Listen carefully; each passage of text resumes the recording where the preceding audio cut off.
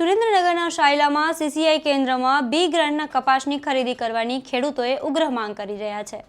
સીસીઆઈના અધિકારીઓ કપાસ રિજેક્ટ કરતા ખેડૂતો સસ્તા ભાવે વેપારીઓને વેચવા મજબૂર થયા છે। નમસ્કાર, હું છું મમલ। અમારા વિશેષ કાર્યક્રમમાં તમારું સ્વાગત છે। કમોસમી વરસાદ અને માવઠાના કારણે મોટાભાગના ખેડૂતોનો પાક બી ગ્રાન્ડની ગુણવત્તાનો થઈ ગયો છે, જ્યારે હાલ સીસીઆઈમાં એ ગ્રાન્ડ ખરીદી ચાલુ છે। ખરીદી કેન્દ્ર ખૂબ જ દૂર હોવાથી ખેડૂતો પર વાહન ભાડાનો પણ બોજ વધી રહ્યો છે। ખરીદી કેન્દ્ર પર એપીએમસીના જવાબદાર અધિકારીઓ અને પદ અધિકારીઓની ગેરહાજરી જોવા મળી રહી છે, ત્યારે ખેડૂતો બી ગ્રાન્ડના કપાસ ખરીદવાની માંગ કરી રહ્યા છે। આવો સાંભળીએ ખેડૂતો શું કહી રહ્યા છે। મારું નામ ભરતભાઈ ચતુરભાઈ ચૌહાણ, ગામ ડોળિયા।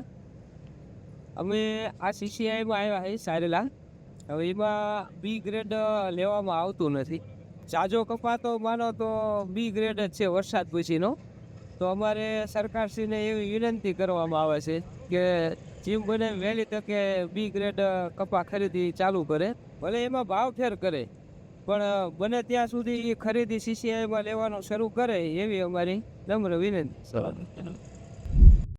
આ ઘટના અંગે આપ શું વિચારો છો? કોમેન્ટ કરીને કોમેન્ટ બોક્સમાં જરૂરથી જણાવજો। અત્યાર માટે બસ આટલું જ। નમસ્કાર।